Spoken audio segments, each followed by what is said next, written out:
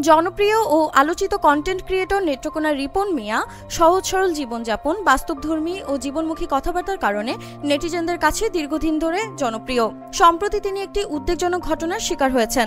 রিপন মিয়ার অভিযোগ, কয়েকজন টেলিভিশন সাংবাদিক তার পরিবারের অনুমতি ছাড়া ভিডিও ধারণ করেছেন। রিপন মিয়া নিজেই সোমবার নিজের ফেসবুক পেজে এই ঘটনা জানিয়েছেন। রিপন মিয়া জানিয়েছেন, সোমবার সকালে তার বাড়িতে ঢুকে সাংবাদিকরা অনুমতি ছাড়া ভিডিও ধারণ করতে শুরু করেন। পরিবারের নারী সদস্য থাকলেও তারা ভিডিও তুলতে থাকেন এবং অপ্রাসঙ্গিক প্রশ্ন করেন।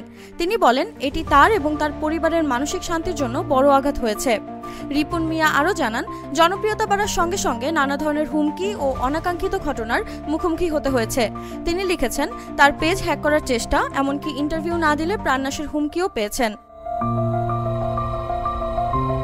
তিনি ফেসবুক পোস্টে উল্লেখ করেছেন, আমার পরিবার কখনো মিডিয়ার সামনে আসেনি। তারা সাধারণ মানুষ এবং শিক্ষিত নয়। আমি কখনো তাদেরকে ফেসবুকে ব্যবহার করে আয় করতে চাইনি। তবে তিনি সাংবাদিকদের বা চ্যানেলের নাম প্রকাশ করেননি। রিপন মিয়া বলেছেন, আমি চাই না কাউকে ছোট করা হোক, কিন্তু যারা এই কাজ করেছেন তারা নিজেদের বিবেককে প্রশ্ন করুন। কারো ব্যক্তিগত জীবনে হস্তক্ষেপ করে টাকা উপার্জন করা কখনোই ন্যায়সঙ্গত নয়।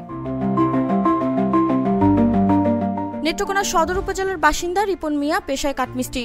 2016 সালে তার একটি ভিডিও ভাইরাল হওয়ার পর থেকেই তার জনপ্রিয়তা ক্রমে বৃদ্ধি পেয়েছে। শেষে তিনি সবাইকে বলেছেন, ভালো থাকুন এবং তার জন্য দোয়া রাখুন।